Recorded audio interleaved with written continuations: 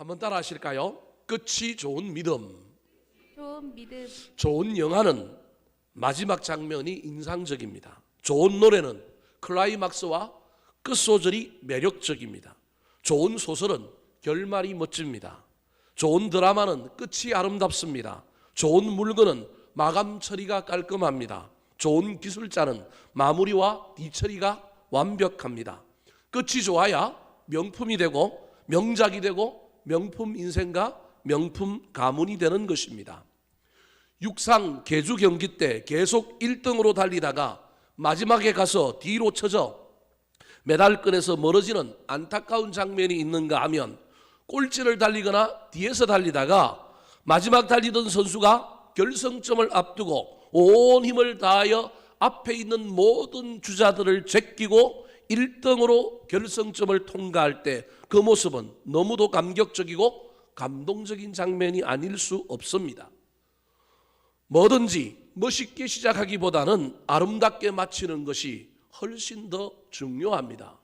물론 시작도 좋고 한결같이 그 모든 일관성을 유지할 뿐만 아니라 끝도 좋을 수만 있다면 얼마나 좋겠습니까? 둘 중에 하나를 선택해야 한다면 아름다운 시작보다는 아름다운 끝이 좋은 것을 선택할 수 있는 저와 여러분이 되었으면 좋겠습니다. 인생도 그렇고 사업도 그렇고 믿음도 그렇습니다. 마지막이 좋아야 합니다. 모태신앙이라고 자랑하지만 그 믿음을 끝까지 지키지 못하여 마지막에 구원의 바늘에 들지 못하는 안타까운 사람들이 얼마나 많은지 모릅니다. 우리 집안이 얼마나 예수를 잘 믿는데 몇 대째 믿음의 가문이요, 우리 집안의 목사 장로가 몇 명이라고 이야기하지만 그럼에도 불구하고 과거의 것을, 왕년의 것을 자랑하다가 현재를 지키지 못하고 미래에는 나락으로 떨어져서 믿음 안에 있지 못한다고 한다면 그것처럼 안타까운 일이 어디 있겠습니까? 그러므로 사람은 시작이나 현재만 볼 것이 아니라 반드시 끝을 보아야 합니다. 지금 좋다고 다 좋은 것이 아니라 끝이 좋아야 되는 것입니다. 오늘 본문 말씀은 믿음 장인 히브리서 11장, 즉 믿음의 전당에 기록되어 있는 또 다른 세 사람의 이야기가 등장합니다. 대림절을 맞이하여 시리즈 설교로 히브리서 11장을 가지고 계속해서 여러분에게 설교하고 있는 그 시리즈 설교의 오늘이 마지막입니다. 오늘 마지막에 여러분에게 소개하고 싶은 세 사람, 즉 이삭과 야곱과 요셉에 대한 내용입니다. 그런데 이 세 사람에 대해서는 각각 1절씩 너무 짧게 기록하고 있습니다.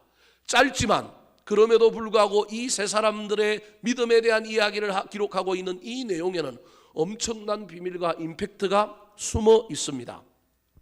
이 세 사람에게는 공통점이 있는데 그 공통점이 무엇이냐 하면 기다림의 끝에 하나님의 놀라운 은혜를 경험한 사람들입니다. 이삭도 야곱도 요셉도 인생의 시작보다 뭐가 훨씬 더 좋은 사람이었느냐 하면 끝이 좋은 사람들이었습니다. 믿음으로 기다렸더니 그 기다림의 결말이 아름답게 이어져서 복을 받았습니다. 그런데 여기서 이 세 사람의 이야기가 끝나지 않고 오늘 본문에 나오는 이 세 사람들의 이야기의 초점은 기다려서 끝이 좋아서 복을 받은 것으로 넘어서서 그 기다림의 끝이 좋은 것이 어디에까지 이어졌느냐 하면 복을 받은 이후에 기다림의 만남의 결실을 얻은 이후에 그것을 허탄하게 사용하거나 희미해져 버린 것이 아니라 죽음에 이르는 그날까지 그들의 믿음이 끝이 좋았다라고 하는 것을 오늘 본문이 말하고 있는 것입니다. 그들의 인생의 가장 마지막을 최고의 믿음으로 보여주었다고 성경은 기록하고 있습니다. 노년의 임종을 앞두고 그들의 믿음은 빛이 났습니다. 사랑하는 성도 여러분, 저와 여러분의 기다림에 좋은 끝이 나타났으면 좋겠습니다. 기도 응답의 기다림 가운데 응답이 나타나고 열매가 맺어지고 오랜 기다림에 지쳐 낙심하는 것이 아니라 무엇인가를 만나고 무엇인가 이루어지는 놀라운 역사가 일어났으면 좋겠습니다. 그런데 그것으로 만족하지 말고 그것을 더 키워내시고 더 성장시켜서 우리 인생의 마지막 때, 우리 각자의 개인의 종말 때에도 우리의 믿음이 멋진 믿음으로 나타날 수 있었으면 좋겠습니다. 그렇다면 이 세 사람의 처음보다 마지막이 더 근사한 믿음의 내용은 무엇일까요? 이들은 기다려서 그 끝이 아름다워 복을 받았음에도 불구하고 거기서 멈추지 않고 인생의 개인적인 종말에 이르기까지 그들의 믿음을 더욱 키워가고 그들의 믿음이 더욱 빛났던 이유는 무엇일까요? 인생의 마지막 때에 그들이 보여주었던 아름다운 믿음의 내용이 무엇일까요? 첫 번째입니다. 따라하시겠습니다. 축복하는 믿음. 축복하는 믿음. 인생의 마지막에 축복하는 신앙이 멋진 신앙입니다. 사랑하는 성도 여러분, 저와 여러분이 인생의 마지막 때에 나이가 들어갈수록 죽음을 앞두고 있을수록 저와 여러분의 인생 가운데 누구를 향하여 원망하고 불평하고 저주하는 인생이 아니라 축복하는 인생이었으면 좋겠습니다. 진짜 내 안에 복이 넘치는 사람, 내 안에 은혜가 넘치는 사람은 축복하는 사람입니다. 칭찬하는 사람입니다. 20절 말씀 같이 한번 읽어볼까요? 시작. 믿음으로 이삭은 장차 있을 일에 대하여 야곱과 에서에게 축복하였으며. 믿음으로 이삭은 어떤 사람이었느냐 하면 믿음을 가지고 있는 사람, 믿음으로 기다려서 복을 받은 이삭은 그의 인생의 마지막에도 뭐하는 사람이었냐면 축복하는 사람이었습니다. 믿음의 조상 아브라함인데 아브라함과 이삭의 이야기를 저와 여러분이 살펴보면 아브라함의 이야기는 스펙타클합니다. 변화가 많고요, 스케일도 크고요, 많은 이야기가 기록되어 있습니다. 이삭의 이야기는 그렇게 많지가 않습니다. 이삭의 이야기는 조금 스펙타클하기보다는 조금 뭔가 변수가 적고 뭔가 잔잔하게 흘러가는 것 같습니다. 그럼에도 불구하고 아브라함과 이삭의 확연한 차이는 이삭이 아브라함보다 훨씬 더 많은 축복을 했다는 겁니다. 믿음의 조상 아브라함은 믿음을 지키고 그 믿음을 드러내기 위하여 전투하고 싸우고 이기는 데 애를 썼던 반면에 이삭은 아브라함과 달리 축복하는 자의 조상이 됩니다. 얼마나 축복을 많이 했느냐 하면 이삭은 여러 군데에서 축복합니다. 운물을 팠을 때도 저 블레셋 사람들이 그 운물을 그냥 메꾸고 빼앗아 갈 때도 싸우지 않습니다. 도리어 축복합니다. 나중에 에셀나무라고 하는 나무를 심고 또 그들을 위하여 축복해 줍니다. 이삭의 모든 이야기는 축복입니다. 20절 말씀을 다시 보여줄까요? 오늘 본문 20절에도 믿음으로 이삭은 축복했는데 무엇을 축복했느냐 하면 장차 있을 일에 대하여 축복했습니다. 이 말은 야곱이 형 에서의 장자권을 빼앗기 위하여 팥죽 한 그릇을 가지고 자기가 장자 형이라 에서라고 속이고 축복받은 사건을 이야기합니다. 즉 미래에 일어날 일들을 바라보고 장자에게 장자 축복을 하는 그 축복의 장면에서 이삭은 축복하는 자로 등장합니다. 이삭이 에서인 줄 모르고 야곱을 에서인 줄 착각하여 축복을 했지만 이삭은 그 이후에 훗날 야곱이 삼촌 집에서 돌아오고 난 후에 그가 야곱을 향하여 멋진 축복을 합니다. 하늘의 복, 땅의 기름진 복. 얼마나 성경에 나오는 축복 중에 얼마나 많은 귀한 축복 중에 제가 보기엔 탁월한 축복을 누가 하느냐 하면 이삭이 그의 아들 야곱을 향하여 하는 거예요. 여러분, 장자권과 관련하여 잘못하여 내가 축복했으니 이 축복이 잘못된 축복이니 나는 이제부터는 축복하지 않겠다가 그러면 야곱을 향하여 이삭이 축복할 수 있을까요? 그런데 이삭은 축복의 사람인 거예요. 잘못 축복했다고 생각했지만 그 축복이 하나님의 방법이요, 그 속에 하나님이 역사를 이루어가는 것을 보면서 그는 나중에 죽기 전에도 야곱을 향하여 엄청나게 축복을 합니다. 에서를 향하여는 옛날에는 에서에 대하여 더 좋은 감정을 가졌지만 이제는 에서를 향하여 정확한 하나님의 눈을 보고 에서의 삶을 축복하는데 그 축복의 내용이 그렇게 좋지는 않습니다. 사랑하는 성도 여러분, 이삭의 이야기에서 저와 여러분이 기억해야 할 것은 현실의 삶뿐만 아니라 장차 있을 일에 대하여 축복했다고 하는 사실을 기억하시기 바랍니다. 미래 지향적인 축복의 사람이 누구였느냐 하면 이삭이었습니다. 현재를 살아가는 성도 여러분, 여러분 인생에 어려운 일들이 있습니까? 여러분의 자녀들에게 좋지 못한 상황들이 펼쳐지고 있습니까? 그래서 아이고 죽겠다, 아이고 힘들다 그렇게 말하지 마시고 미래지향적인 차원에서 너는 잘 될 거야, 너는 괜찮을 거야, 축복해 주시기 바랍니다. 하나님께서 그 축복을 이루어 주실 것입니다. 잘못된 축복이라고 생각해서 이삭에게 에서에게 해야 될 축복을 야곱에게 했지만 하나님은 그 축복을 그대로 이루어 주셨다라는 것을 훗날 누가 깨닫느냐 하면 이삭이 깨닫습니다. 그래서 그 이삭이 그 축복을 그대로 유지하면서 옛날에 내가 했던 축복이 잘못된 축복이 아니니 이 축복을 계속하여 유지하기 위하여 삼촌 집에서 돌아온 야곱을 향하여 더 많은 축복을 하고 있는 장면이 성경에 기록되어 있는 것입니다. 사랑하는 성도 여러분, 저와 여러분을 향하여도 저와 여러분이 축복하는 자가 되었으면 좋겠습니다. 시편 42편에 보면 낙심이 가득 찬 시인이 뭐라고 이야기하느냐 하면 자신의 영혼을 향하여 축복하며 이야기합니다. 자신의 영혼이 어둠이 가득하고 두려움이 가득한 자신의 영혼을 향하여 내 영혼아 너는 어찌하여 낭망하느냐, 자기 자신을 향하여 낭망하지 말라고 자기 자신을 향하여 축복합니다. 사랑하는 성도 여러분, 저와 여러분을 향하여 열심히 축복하시기 바랍니다. 어려운 일을 만났습니까? 문제가 생겼습니까? 돈을 잃고 건강을 잃고 직업을 잃고 경제적인 문제가 내 눈앞에 있습니까? 찾을 거라고, 돌아올 거라고, 더 갚아주실 거라고 하는 놀라운 역사 가운데 나의 영혼을 향하여, 나의 부족한 거친 형상들을 향하여, 나의 자아상들을 향하여 축복하시기 바랍니다. 그 축복이 이루어지게 될 것입니다.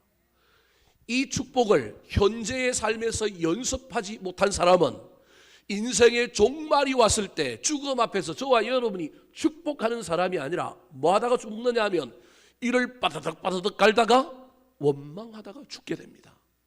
제발 저와 여러분의 인생이 그런 인생 되지 말았으면 좋겠습니다. 현재 저와 여러분의 입술은 어떤 입술입니까? 원망하고 불평하고 있지는 않습니까? 원망과 불평이 아니라 칭찬과 축복하는 입술이 되었으면 좋겠습니다. 이때 연습한 이것이 저와 여러분의 인생의 마지막 때도 끝이 좋은 믿음으로 자식들을 바라보면서 미래를 바라보면서 축복하며 인생을 마감하게 될 것입니다. 그리고 그 축복은 효력이 있어서 놀라운 일이 일어나게 될 것입니다. 부모된 여러분이요, 목사인 저와 부모인 여러분에게 우리 하나님이 주신 권리가 있는데 그것은 축복하는 권리입니다. 이 권리를 부모들이 잘못 사용하여서 얼마나 자식들의 앞길을 망치고 자기의 영혼을 피폐하게 만들고 있는지 모릅니다.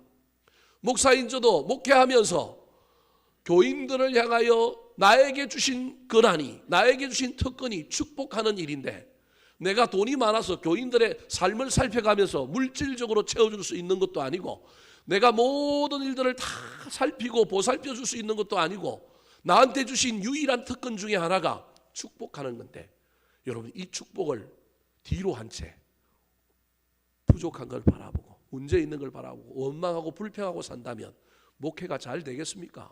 그 교인들의 삶이 문제가 해결되고 복을 받을 수 있겠습니까?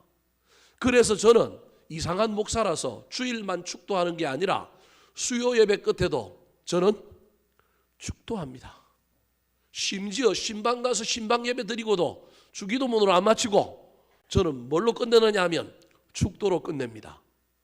간혹 새로 등록한 교인들 중에 목사님, 왜 목사님은 신방 와서 축도하십니까? 그럼 제가 대묻습니다. 축도를 받으니 기분이 좋던가요? 나쁘던가요? 나쁘지는 않던데요? 그러면 됐습니다. 이게 제가 목회하면서 깨달은 마음입니다. 할 수만 있다면 뭐 하는 거냐면 축복하는 겁니다. 여러분의 자식들을 위하여 지금은 속을 썩이고 지금은 마음에 드는 일들이 많지 않는다 할지라도 축복하는 부모들이 되시기 바랍니다. 특별히 자녀들의 미래를 보면서 축복하시고 선포하십시오. 주님께서 그것을 이루어 주실 것입니다. 현재에 내 삶에 어려움이 있습니까? 내 영혼을 향하여 나를 향하여도 축복하시기 바랍니다. 그러면 우리의 기다림이 좋은 열매를 맺을 뿐만 아니라 올 한 해 그 끝이 아직은 이루어지지 않는다 할지라도 내년에 축복이 현실이 되는 놀라운 일이 일어나게 될 것입니다. 사랑하는 성도 여러분, 지금 이 연말에 내 입술에 무엇이 더 많이 있는지를 살펴보고 끝이 좋은 인생, 끝이 좋은 믿음이 되기 위해서는 이삭처럼 믿음으로 미래에 장차 있을 일에 대하여 축복하는 신앙의 주인공들이 되시기를 우리 구주 예수 그리스도의 이름으로 축원합니다. 두 번째, 저와 여러분이 끝이 좋은 믿음, 기다림의 끝이 좋아야 하는데 그 좋은 이후에도 계속해서 저와 여러분이 끝이 좋은 믿음으로 이어가려면 어떻게 해야 될까요? 따라 하시겠습니다. 예배하는 믿음. 예배하는 믿음. 21절 말씀 같이 한번 읽어볼까요? 시작. 믿음으로 야곱은 죽을 때 요셉의 각 아들에게 축복하고 그 지팡이 머리에 의지하여 경배하였으며. 요셉의 축복의 삶이 얼마나 대단했느냐 하면 요셉의 축복의 삶이 누구에게 이어지느냐 하면 야곱에게 이어져요. 자식은 본대로 산다니까요. 요셉이 축복하는 일들을 누가 경험했느냐 하면 야곱이 경험해요. 그리고 여러분, 야곱이 그 DNA를 이어받아서 나중에 요셉도 그의 할아버지 이삭에게, 그의 아버지 이삭에게 손자들을 데리고 와서 뭘 받아요? 축복을 받잖아요. 여러분, 아브라함의 믿음의 조상이라고 한다면 이삭은 축복의 조상이에요. 근데 그 축복을 누가 이어받느냐 하면 1차적으로는 야곱이 이어받아요. 야곱이 어떤 사람이에요? 사기꾼이잖아요. 도둑놈이잖아요. 축복으로 사는 인생이 아니라 뭘로 사는 사람이에요? 내 힘으로, 내 능력으로. 무슨 그 축복, 뭐 기도, 그 뭔 필요 있어? 내가 머리 있어서 내가 힘으로 돈 벌고 내가 때로는 남들보다 머리가 더 빨라갖고 사기쳐서 뒤에서 발 뒤꿈치 잡아 넘어뜨리고 내가 뺐으면 되지. 이게 야곱이란 말이에요. 근데 이 야곱이 여러분 죽을 때 요셉의 가가들에게 뭐 하고 있어요? 축복하고 있는 거예요. 그대로 아버지의 축복권을 그대로 보고 물려받은 사람이 누구냐 하면 야곱인 거예요. 여러분, 그래서 야곱이 이스라엘이라고 하는 나라의 조상이 되잖아요. 이스라엘 12지파의 조상이 되어서 그의 이름이 야곱이 아니라 이스라엘로 바뀌잖아요. 엘은 하나님이요, 이스라라고 하는 말은 다스리는 거예요. 하나님이 다스리는 사람으로 바뀐 게 누구냐 하면 야곱이에요. 누구 덕분에? 이삭의 축복 덕분에. 여러분, 이삭의 축복이 사기꾼 야곱을 뭘로 바꾼 거예요? 한 민족의 조상이 되는 하나님의 다스림을 받는 사람으로 바꾼 거예요. 그랬더니 야곱이 지금 어떻게 합니까? 요셉의 아들들에게 축복하는 거예요. 요셉의 두 아들 에브라임과 므낫세에게 축복할 뿐만 아니라 그 전에도 보면 이스라엘 12지파를 향하여 야곱이 축복하는 것과 같은 그 축복을 아버지 이삭의 야곱이 배워가지고 야곱이 축복하는 거예요. 야곱은 12지파 이스라엘 조상이 되어 12지파에게 축복할 뿐만 아니라 손자에게까지 뭐 하는 사람으로 등장해요? 축복하는 사람으로 등장해요.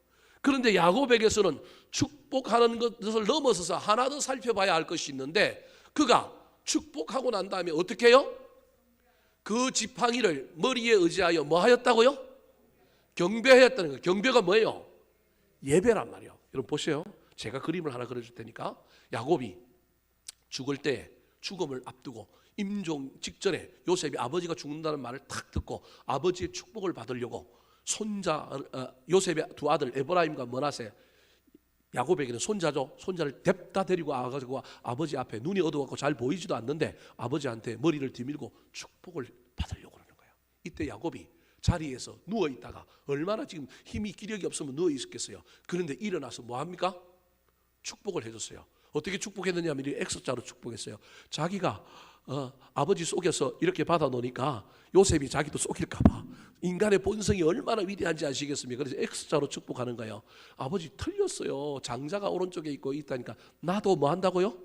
안다 그러면서 이게 자기 아버지가 자기 했던 축복의 그 권한이 하나님의 섭리 안에 있음을 그대로 전달하는 거예요. 그래서 에브라임과 므낫세의 이 순서를 바꿔서 에브라임이 큰 지파가 될 것, 나중에 북이스라엘 왕국의 그런 어떤 핵심의 지파가 되는 것을 이미 예언자적인 기질을 가지고 하는 거예요. 여하튼 이렇게 축복을 했어요. 더러 누워갖고 중병을 앓다가 죽을 기력이 없을 상태로 누워있던 그가 야곱이 일어나서 축복을 했어요. 축복이 끝났어요. 그 다음에 그가 지금 어떻게 하고 있는지 아십니까? 허리에 힘이 없어 그런데 지팡이 하나를 탁 들고 그 지팡이에다가 뭘 대고 있어요?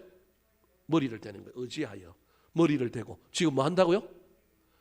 경배하고 있는, 예배하고 있는 거예요. 다르게 얘기하면 기도하고 있는 거예요. 이 모습이 얼마나 거룩한 모습이에요. 힘이 없어요. 병석에 누워 있었어요. 움직일 수가 없어요. 그런데 아들이 손자 데리고 오니까 그 손자들을 향하여 축복할 뿐만 아니라 지팡이 하나에 의지하여 뭐하고 있느냐 하면 경배하고 예배하고 기도하고 있는 모습이 누구의 모습이냐면 야곱의 모습이에요. 야곱은 예배하는 사람이 아니라니까요. 야곱은 사기치는 사람이요, 자기 힘으로 자기 지혜와 자기 능력을 의지하는 사람인 거예요. 근데 그의 인생이, 그렇게 살아왔던 그의 인생이 지팡이였다라고 하는 걸 깨닫는 거예요. 내 인생이 그렇게 열심히 살았지만 나는 험악한 인생을 살았고 지팡이에 의지할 수밖에 없는 자이구나. 이 지팡이가 내가 의지하며 지금 서 있지만 사실은 내가 이 지팡이를 의지하며 살아올 게 아니라 지팡이 대신에 내 인생의 지팡이 대신에 하나님을 의지해야 되는데 라고 하는 생각이 넘친 거예요. 그래서 그가 에브라임과 머나세를 축복하고 난 다음에 하나님 앞에 내 축복이 이루어지게 해달라고 지금 뭐 하고 있는 거예요? 기도하고 예배하고 있는 거예요. 사랑하는 성도 여러분, 나그네 인생이 마지막까지 해야 할 일이 뭐냐 하면 예배하는 일입니다. 저와 여러분의 인생 가운데 여러분 죽기 전에 예배할 수 있다면 그것처럼 멋진 일이 어디 있겠습니까? 사람이 임종 직전에 임종 예배를 드리고 죽는다. 내 인생에 내가 미리 예감이 있어서 목사님을 불러가지고 내가 마지막 가는 길도 예배하고 하나님께 부르심을 받았다. 여러분 이거 알 수 없는 일이에요. 이 복은 누릴 수 없다니까요. 그래서 지금 이 야곱은 자기 인생 앞에 가장 거룩한 두 가지 일을 하는 거예요. 어찌 될지 알 수 없으니 그는 축복하고 그는 지금 뭐 하고 있는 거예요? 예배하고 있는 거예요. 몸이 성해요? 기력이 없어서 앓고 죽어가고 있다니까요. 그런데 온 힘을 다하여 이 축복이 허사가 되지 않게 하기 위하여 이 축복을 온전히 이루어지게 해달라는 의미로 지팡이에 의지하여 그의 임종 직전에도 그가 하나님 앞에 뭐 하고 있느냐 하면 예배하고 있는 거예요. 제가 부목사 시절에 아주 귀하게 감명을 받은 목사님 한 분이 있습니다. 서울에서 3,000명 정도 교회에 담임 목회를 28년 정도 하고 은퇴를 하신 목사님이 후임자가 왔는데 자기가 그 교회 가까이 있으면 후임자에게 부담을 줄까 봐 모든 걸 정리하고 파주에 와서, 그때 파주에는 저 파주가 지금 그 운정 파주가 아니에요. 교화 운정 이 파주가 아니고 벌판에 아파트 3개 있을 때요. 월드 메러디앙 1차 2차 자유기로 아이파크라고 하는 3개 아파트만 교화에 벌판에 있었고 자연 불황 몇 개만 있었던 데가 파주였어요 그때. 근데 그때 이 목사님이 글로 이사를 오셔가지고 교회는 제가 부목사로 있던 교회를 출석하셨어요. 제가 맡은 교구가 파주 쪽이었기 때문에 제가 그 목사님에게 인사를 드리고 그 목사님도 찾아뵙고 그랬더니 그 목사님이 어느 날 몸이 좋지 않으셔서 이제 병석에 누워 있다가 본인이 직감적으로 임종하겠다는 생각이 들었는지 가족을 사모님을 통하여 임종 예배를 드려달라고 하는 부탁이 저한테 온 거예요.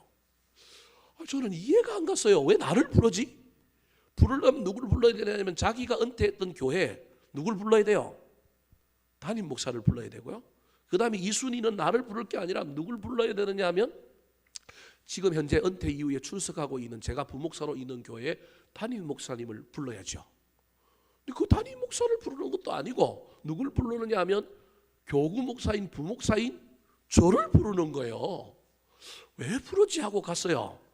그래도 임종 예배를 드려달라 그러니 예배는 드려줘야 되지 않겠어요? 목사들이 임종이 가까운지 안 가까운지를 아는 방법들이 있습니다. 물론 가보면 뭐 자가호흡을 거의 못하고 있거나 그러면 임종이 가까웠지만 생색에도 이게 얼마 안 가서 임종할 거라고 아는 경우들이 있습니다. 그걸 잘 모르면요 임종 예배를 몇 번 드리냐면 3번 4번 드릴 때도 있어요. 드렸는데 안 죽어서요. 그래서 2, 3일 있다가 또 뭐 하러 오라 그래요? 또 예배하러 오라 그래요. 뭐 그런 경우들이 허다해요. 그래서 딱 상태를 보고 이게 임종 예배를 드리는 거냐 아니면 그냥 병문안 예배를 드려야 되는지를 목사가 잘 분별하여 예배를 드려줘야 됩니다. 저는 가서 딱 하는 일들이 몇 가지가 있는데 그 중에 하나가 코의 호흡을 좀 살펴보기도 하고, 다리를 만져보면 다리의 온기가 점점점 사라져가거나 다리에 온기가 없습니다. 그 다음에 허리춤에 손을 넣어보면 코와 근육, 기력이 세가지고 허리가 완전히 바닥으로 내려 붙어서 사람 손을 넣어보면 들어가지가 잘 않습니다. 억지로 들어 넣어야 합니다. 우리 인간은 살다 보면 허리가 굽어갖고 이게 이렇게 돼 있단 말이에요. 그래서 누워 있으면 이 허리춤이 바닥에 좀 떠 있단 말이에요. 근데 죽으면 이게 다 내려오는 거예요. 또 다른 하나는 인간이 신기한 존재라서 자기 인생의 마지막 때가 되면 속을 다 비웁니다. 기가 막히게 배설을 다 하고 갑니다. 사모님에게 물어봤더니 오늘 아침에 다 쏟아냈다라는 거예요. 변을 다 보고 이런 일을 했다라는 거예요. 가서 보니까 거의 숨도 파져갖고 말도 제대로 못하는 상태였어요. 임종하겠다 싶어서 빨리 임종 예배를 드리려고 그랬어요. 왜냐하면 임종하다가 돌아가시면 골치 아프잖아요. 임종 예배를 그래도 드리고 뭐 해야 돼요? 돌아가셔야 되잖아요. 그래서 이거 사태가 심각하다 싶어서 빨리 임종 예배를 드리려고 준비를 하는데 그 목사님이 제 손을 잡으면서 이 목사, 내가 이 목사한테 할 얘기가 있는데 내 얘기를 좀 듣고 임종 예배를 드려주면 안 되겠냐는 거예요. 나는 바빠 죽겠는데 뭐 또 이분이 할 얘기가 있다고, 호흡도 이렇게 불안정하고 말도 잘 못하는데, 그런데 막 호흡을 막 힘들어 하면서 저한테 얘기하는 거, 제 손을 붙잡고 이 목사 좋은 목사 되라는 거예요. 자기 이익을 위하는 목사 말고 네가 왜 목사 됐느냐, 교회를 위하여 하나님 나라를 위하여 성도들을 위하여 목사 됐으니 끝까지 그런 좋은 목사 되라는 거예요. 임종 예배 드리러 가고 제가 뭘 듣고 있느냐 하면 설교를 듣고 있는 거예요. 근데 그 마음이 노년의 마지막에 자기 인생을 마감하는데 저를 불러놓고 저한테 그런 말을 하는 거예요. 처음에 이해가 안 됐는데 나중에 사모님한테 들은 얘기가, 아들이 하나 있었는데 저하고 나이도 똑같고 저처럼 생겼대요. 그러니까 평소에 이 목사님이 저를 아들처럼 생각한 거예요. 드러내놓고 그러진 않았지만 아들처럼 생각하고, 금요일 날 제가 교회에서 설교 금요기도회를 담임 목사님 대신 설교를 제가 할 때가 많았는데, 이분이 제가 설교한다 그러면 금요일 날 안 나오시는 분인데, 어르신이고 그러니까 금요기도회 못 나오시는 분인데 그때는 꼭 나와서 사모님 말에 하면 예배를 드렸다는 거예요. 저를 보면서 아들에 대한 그 대리만족을 누렸던 분이 그 목사님인 것 같아요. 저는 전혀 몰랐어요. 근데 이 목사님이 저를 아들처럼 생각하시면서 저한테 유언 비슷하게 좋은 목사 되라고 이야기를 하는 거예요. 그리고 난 다음에 이제 제가 임종 예배를 드리는데 얼굴이 얼마나 밝아오는지요. 예배 드리면서 정말로 정말 제가 저분은 천국 같다라고 확신이 들 정도로 얼굴이 밝으면서 환한 미소를 띠면서 힘도 없어서 찬송도 따라할 수 없는데도 불구하고 입술을 하면서 예배 드리는 거예요.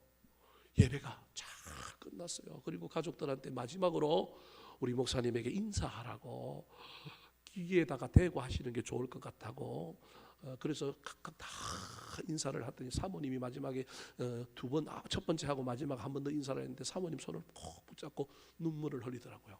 그리고 한 3분에서 5분 정도 있으니까 임종을 하셨어요. 일산병원이 건강보험공단에서 운영하는 병원인데 참 좋은 건, 그 병원은 의사가 어느 정도 의학적인 차원에서 이분이 하루 정도밖에 안 남았다라고 하는 판단이 있으면 유족들에게 혹시 임종병실로 옮기시기를 원하십니까? 라고 물어요. 그러면 그 임종병실은 혼자 쓰는 병원이에요. 조금 다른 병실보다 비싸긴 하지만 마지막을 좀 거룩하고 경건하게 보낼 수 있게 해주는 배려를 그 병원이 해요. 그래서 임종병원으로 옮겨서, 임종병실로 옮겨서 그 병실 안에서 가족들과 함께 마지막 때를 보내다가 가는 거예요. 지금 다른 병원에도 이제 이런 제도들을 지금 많이 만들어서 일반 병실에서 그냥 돌아가시지 않게 하고, 호스피스 병동이 있는 데는 호스피스 병동 안에 임종 병실을 따로 만들어 놓은 병원들이 참 많습니다. 참 좋은 제도인 것 같아요. 그곳에서 그 목사님을 마지막으로 보내는데 너무 기쁜 거예요. 유족들이 하는 얘기가, 전부 하는 얘기가, 예배하며로 우리 아버지를 보낼 수 있어서 감사하다라는 거예요. 그러면서 그 유족들이 입에서 나오는 얘기 중에 하나가 우리 아버지 목사였기 때문이기도 하지만 은퇴 이후에도 뭐 하는 걸 절기했느냐 하면 예배하는 걸 그렇게 소중히 여기고 절기하셔서 우리 아버지 마지막 또 예배하다가 어디 가셨다고요? 천국 가셨다고 고백하는 거예요. 이분이 나이도 들고 육신이 불편하고 그러니까 자기 차를 못 갖고 오시니까 교회가 운영하는 버스를 타고 오시는데요. 늘 그 버스를 타고 예배 오는 걸 제가 봤거든요. 얼마나 예배하는 걸 절기하셨는지 모릅니다. 사랑하는 성도 여러분, 저와 여러분의 인생에 꼭 임종이 아니더라도 끝이 좋은 믿음, 끝이 좋은 삶이 되기를 원하십니까? 나그네 인생 내 힘으로 살다가 우리도 야곱처럼 하나님이라고 하는 지팡이에 기대어 예배하는 자가 되었으면 좋겠습니다. 야곱이 깨달은 것처럼 우리 인생에도 깨달음이 있었으면 좋겠습니다. 더 나아가 우리 인생의 마지막 때에도 우리도 예배함으로 말미암아 그 믿음을 온전히 유지할 수 있었으면 좋겠습니다. 조금 전에 말씀드렸던 그런 목사님이 있는가 하면 또 다른 목사님도 있습니다. 예배하는데 마지막 임종 예배를 드리는데 후배 목사인 저에게 살려달라고, 그냥 살려달라는 게 아니라 죽음이 두려워서 못 가겠다라는 거예요. 여러분, 그런 모습을 볼 때마다 얼마나 마음이 힘든지, 저분은 왜 천국에 대한 소망이 없을까? 저와 여러분의 인생 가운데 이 연습을 하셔야 됩니다. 하나님이 언제 어디서 우리를 부르실지 모르는데 우리 인생 가운데 그래도 저와 여러분의 삶 속에 하나님을 경배하는 예배의 마음이 일상 가운데 늘 사라지지 않음으로 말미암아 그 예배하는 자에게 끝이 좋게 해주시는 그 하나님의 놀라운 은혜가 우리의 마지막 인생 가운데도 펼쳐지게 되기를 예수님의 이름으로 축원합니다. 마지막으로 끝이 좋은 믿음은 어떤 믿음일까요? 기다림은 끝이 좋아야 하는데 그 끝이 좋아서 복을 받고 난 다음에 그 받은 복을 낭비하거나 허비하는 것이 아니라 우리 인생의 마지막 때까지 이어가기 위하여 저와 여러분이 해야 할 일이 무엇일까요? 따라하시겠습니다. 유언하는 믿음. 유언하는 믿음. 사랑하는 성도 여러분, 여러분은 유언장을 준비하고 계십니까? 유언장이 없으면 일기라도 쓰시고 뭐라도 남겨두시기 바랍니다. 여러분의 자녀들이 지금은 방황하고 지금은 인생을 허비하고 낭비하다가 훗날 부모님 돌아가시고 난 다음에 자기 인생을 점검하고 자기 인생의 진로를 결단하고 또 놀라운 회복을 하는 것 중에 하나가 유언임을 잊지 마시기 바랍니다. 유언을 못 남기면 뭐라도 남겨야 하느냐 하면 일기라도 남겨야 합니다. 자식들이 훗날 그걸 벌어보고 엄마 아버지가 쓴 어떤 친필로 썼던 그거 하나를 가지고도 자식들의 마음이 바뀝니다. 저도 저희 아버님이 유품을 몇 개 아직도 갖고 있습니다. 손으로 필사하여 예수를 처음 믿고, 저희 아버님이 예수를 안 믿다가 뒤늦게 예수를 믿었거든요. 태풍이 와가지고 태풍 때문에 집이 침수가 됐는데 아버지가 집에서 못 자고 엄마는 교회를 다녔으니까 엄마가 어디 가서 자자 그런 거예요? 교회 가서 자자 그랬어요. 태풍 매미가 남해안을 쳤을 때 그때 집이 침수가 됐었어요. 설에 제 아내는 처음 그 경험을 한 거예요. 산골에서만 살다가 바닷물이 집을 치는 걸 경험하고는 우리 집 사람 아마 놀랬을 거예요. 그때 집이 침수됐으니까 잠을 못 자잖아요, 집에서. 그러니까 우리는 젊은 애들은 그 뭐 정리하고 청소하느라고 뭐 이렇게 하고 있는데 나이 드신 부모님은 못 자니까 엄마가 당신 나랑 어디 가서 자자고요? 교회 가서 자자 그런 거예요. 평생 교회 안 가시는 분이 그날 엄마 따라 교회를 가신 거예요. 그 교회에 자부동 깔고 교회 자고 있는데 아침에 아버지가 살짝 저한테 오더니만 나 하나님 만났다는 거예요. 저 안 믿었어요. 근데 그 다음부터 저는 올라오고 난 다음부터 그 다음부터 아버지가 어디를 가기 시작하느냐면 교회를 가기 시작하는 거예요. 새벽 기도를 나가는 거예요. 그리고부터 성경을 쓰시는 거예요. 교회 그 시골 교회 목사님이 연락이 와갖고 성경을 필사하시는 거 어디부터 필사해야 되냐고 물어보길래 요한복음부터 필사하라고 알려드렸다는 거예요. 그래서 성경을 필사하시는데요. 옛날 분이니까 재밌어요. 한자를 쓰는 거예요. 중간중간에 한자를 써가지고 필사를 하시는 거예요. 제가 아직도 유품으로 갖고 있어요. 틈날 때마다 그걸 보는 거예요, 제가. 그리고 유품 말고 아버님이 몇 가지 또 편지 봉투, 서류 봉투 이런 데다가 뭐 적어 놓은 것들이 있어요. 그걸 제가 가지고 볼 때마다 마음이 찡하고 때로는 마음이 흐트러질 때마다 제 인생을 붙잡아주는 글귀들이 제법 있어요. 여러분 인생 가운데 자녀들을 향하여 재산관계뿐만 아니라 삶과 관련하여 유언을 남기시기 바랍니다. 저도 우리 집사람에게, 자식들에게 아직 말도 안 한 유언장을 매년 경신합니다. 내년 초 되면 또 다시 저는 그 유언장을 경신할 겁니다. 우리 집사람에게도 보여주지 않았습니다. 절대 안 보여줄 겁니다. 대신에 제가 개인적으로 무슨 일이 있거나 그러면 어디에 어느 컴퓨터에 어디에 그게 있으니 열어봐라라고 얘기할 겁니다. 그 안에는 재산 관계도 있지만 뭐 재산 나눠줄 것도 없잖아요. 괜히 형제들끼리 싸우면 돼요, 안 돼요? 싸운다니까요, 여러분. 안 싸우게 해야 되지 않겠어요? 뿐만 아니라 훗날이라도 우리 자녀들이 이 글귀라도 보고 정신을 번쩍 차리고 힘을 얻을 수만 있다면 얼마나 좋겠습니까? 그래서 저는 몇 자 남깁니다. 절대 A4 한 장 넘기지 않는 범위 내에서 뭔가를 씁니다. 뭔가의 기록이라도 남기려고 애를 쓰시기 바랍니다. 그런데 죽음 직전에도 남겨야 되지만 여러분, 자식들이 잔소리라고 생각하지 않는 범위 내에서 간혹 여러분들이 정말로 소중하게 여기는 삶의 가치나 또는 정말로 여러분이 자녀들에게 남겨주고 싶은 말들을 간혹이라도 던지시기 바랍니다. 그게 유언입니다. 하셔야 됩니다. 앉혀놓고 2시간, 3시간, 30분 이상 말하지 마시고요. 밥 먹다가도 지나가다가도 간혹 한마디씩이라도 하시기 바랍니다. 근데 그 말이 자식들은 훗날 부모님 돌아가시면 새겨져 있습니다. 자식들 부담스럽고 힘들 수도 있고요. 또 우리가 자식들을 향하여 무슨 말을 한다는 게 쉽지 않지만 그럼에도 불구하고 자식들에게 무슨 말이라도 조금씩이라도 남겨놓으십시오. 마음 신비에 새기시기 바랍니다. 살아생전에는 전혀 기억이 나지 않고 그게 무슨 말인지 기억도 안 나지만 돌아가시고 나면 인간은 영물이라서 돌아가시고 나면 분명히 압니다. 우리 아버지가 그때 왜 그 말을 했는지, 우리 엄마가 왜 그 말을 했는지 그게 기억이 납니다.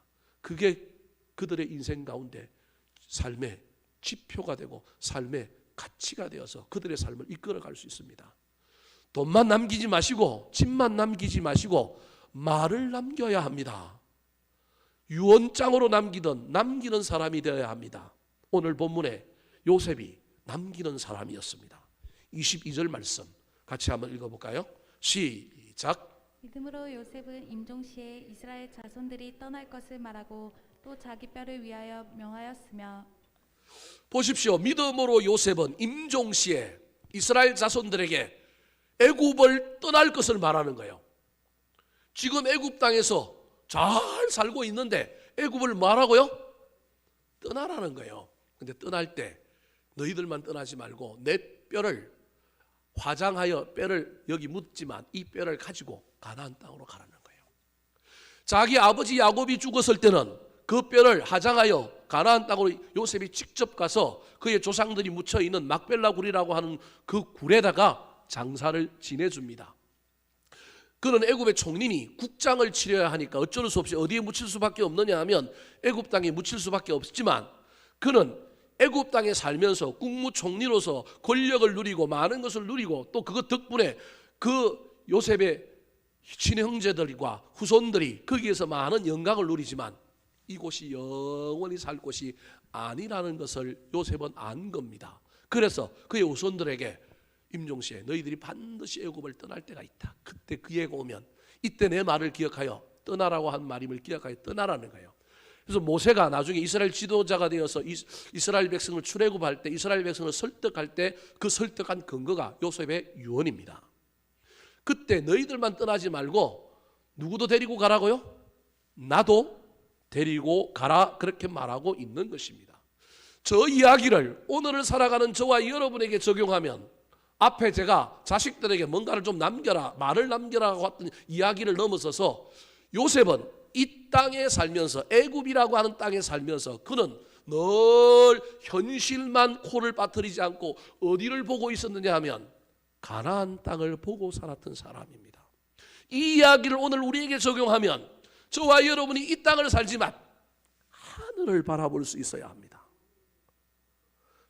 좀 이상한 이야기를 하면 이 땅에 살면서 이 땅에 집도 남기고 이 땅에 뭐도 하지만 저와 여러분이 천국의 세간살이를 준비하지 않고 이 땅에 살면 골치 아픕니다.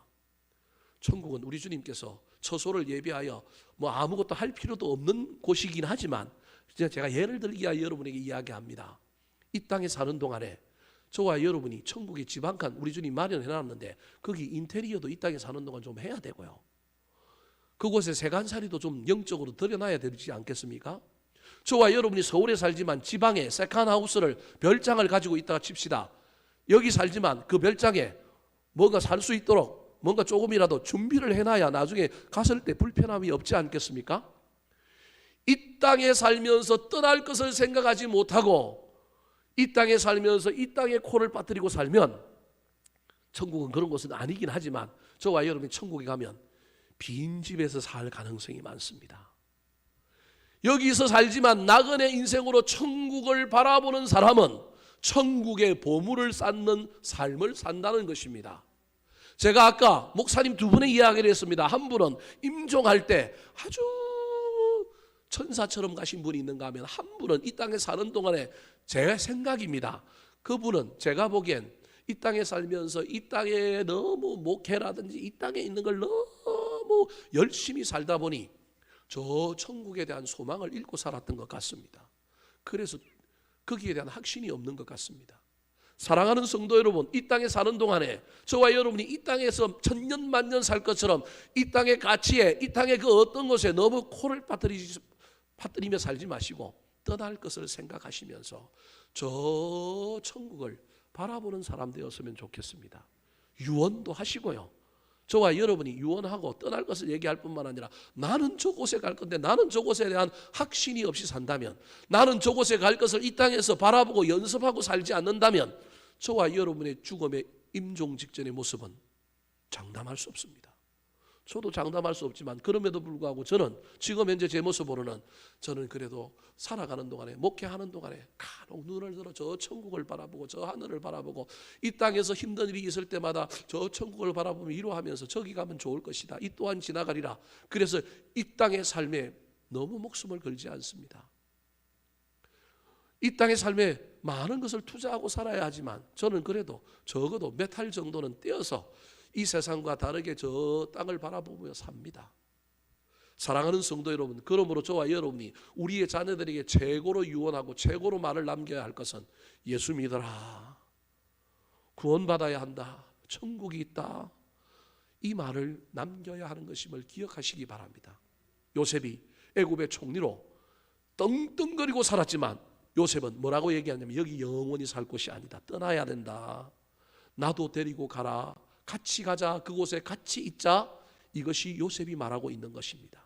사랑하는 성도 여러분, 천국에 나홀로 가지 마시고 같이 가는 저와 여러분이 되도록 우리의 후손들에게, 자녀들에게 건면하고 말하는 믿음이 되어서 우리의 인생 끝이 멋지고 아름답게 되기를 우리 구주 예수 그리스도의 이름으로 축원합니다.